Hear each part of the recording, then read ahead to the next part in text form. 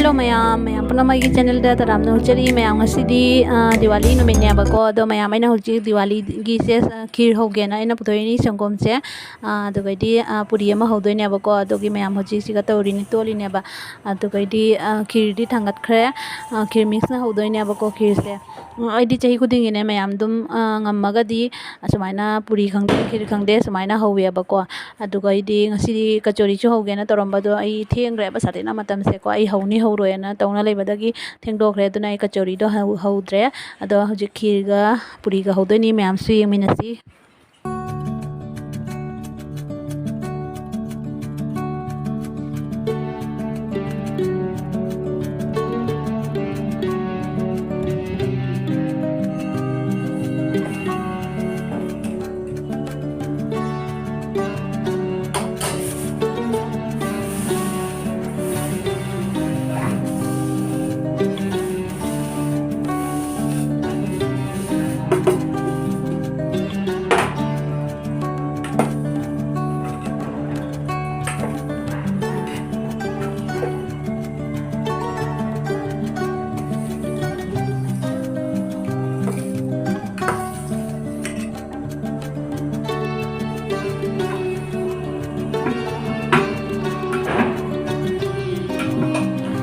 mayam hoji aina siga kana thabak tawriya ba ko adugai di asanda candle thanba khotpa dia thanba puja tawre ainu pana puja tawre ichanupa moyani na ai jengba sangdre mata aduna ai propapsi oina hodoga ne dulurga kona ji kana tawi ba jenge ba ko moina tawi do kamai tawi noina aduni ado ai hoji puri ho ba hore ko ado mayam puri che phana jamna di thuiya ba ko doisu ai thon ta ba tawna ne jang jang lo challe thabak se phra ado mayam pura ma thanba luna hre akhoi gi su khaldam chakhalame lorak pada ado ai ga thang naiba imung se moi de su ai khara pi doi ne ba poche aduna ina khara jam hoi ne ba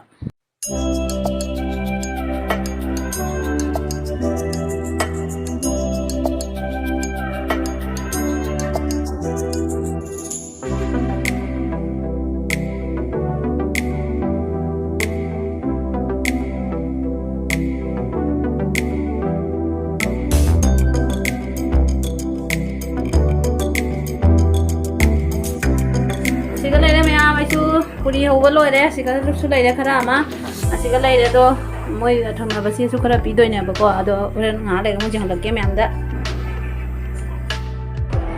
hello mayam hoji ai loi re lo samba ado mombati su cha mi ma panda ado ne ko aina ko chai hui ko ni se moi son thangna ba ni se ko ko thangna ba ni se mo de khara ba sa pi ge ba ko ado mayam tum angam ba khara ai ho jai ni ngasi che ko ka jori khara ho de to ba do se thiên mà đi này là em đây cái chỗ đi hùng đẹp quá ai đúng thì vào đi na sẽ chân lẽ phải nó sẽ bên này lên đi qua đó xin em luôn em mấy cái thứ gì cái tập cái mà em nó một cái happy Diwali na happy Diwali hay cái hùng rồi không Diwali cái này happy Diwali guys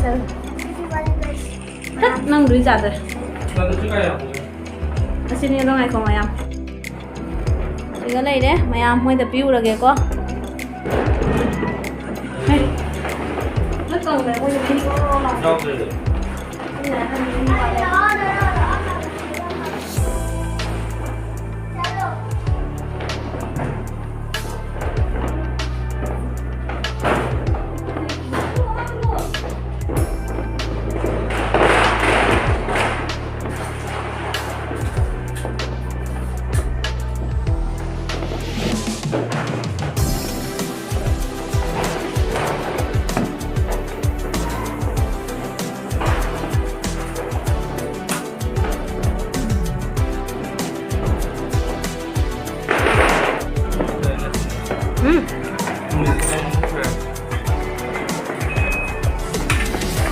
Thang là gì ạ?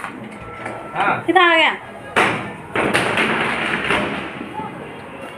Một cái lưỡi múc khởi gì ạ?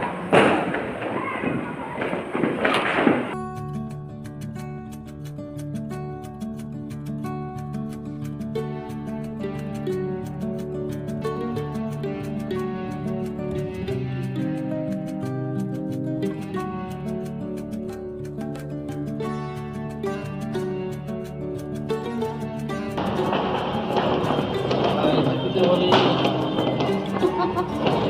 Diwali hai je Diwali. Có không gì nào? 엄청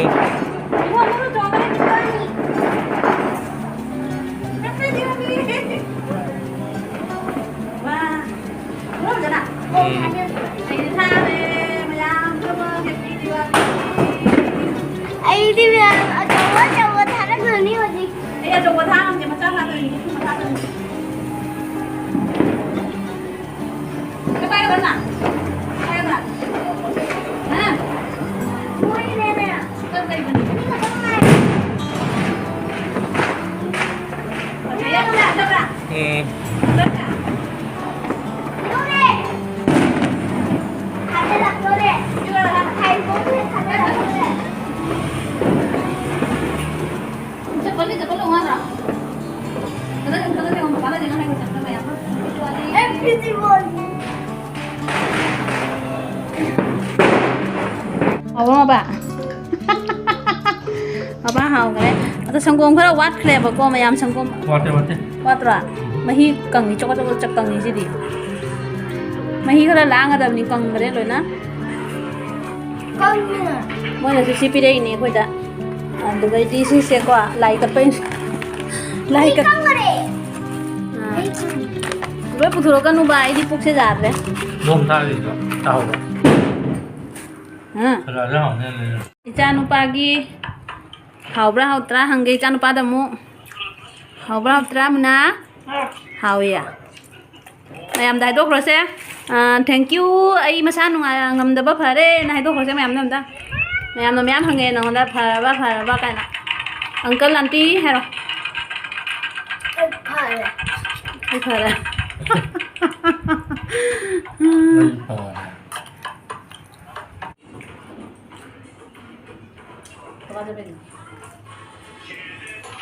Siêu. áo này của mình không? Cái con này. Cái gì mà?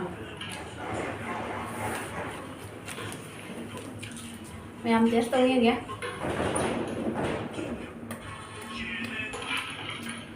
Thì vẫn học.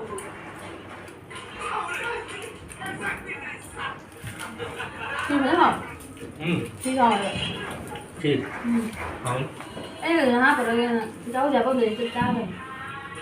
Hôm nay thì nó ôm cái này rồi. Đừng sao. 따오 냉장 그래 따오 들어가 Thì mình sẽ ngồi dậy để cháu học vui rồi.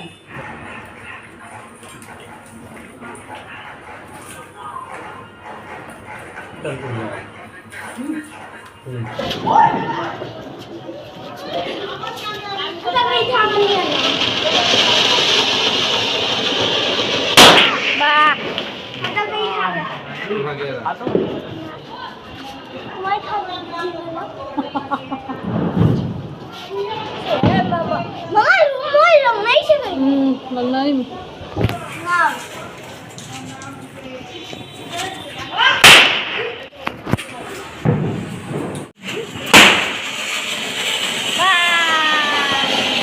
Wow.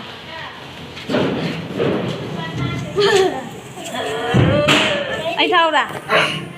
Ở bể khách. Mấy ơi. Hello.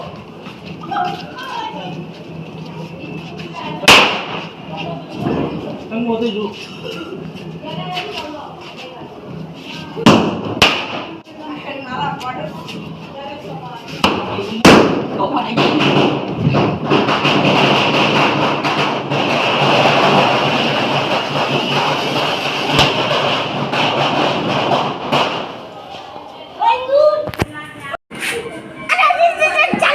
예.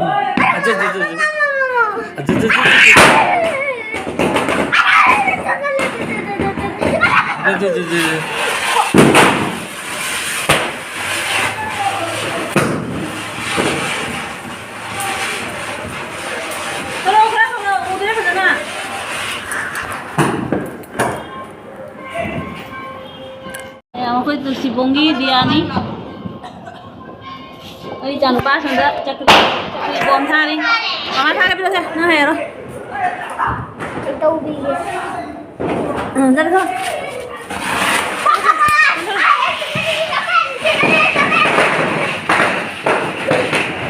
sini mayam Diwali gi sumaina tawna khoi family enjoy tawminare aduni ado mayam sigi onadi matang swaida loisan jarage abako next video da mu thengna si mayam ga bye bye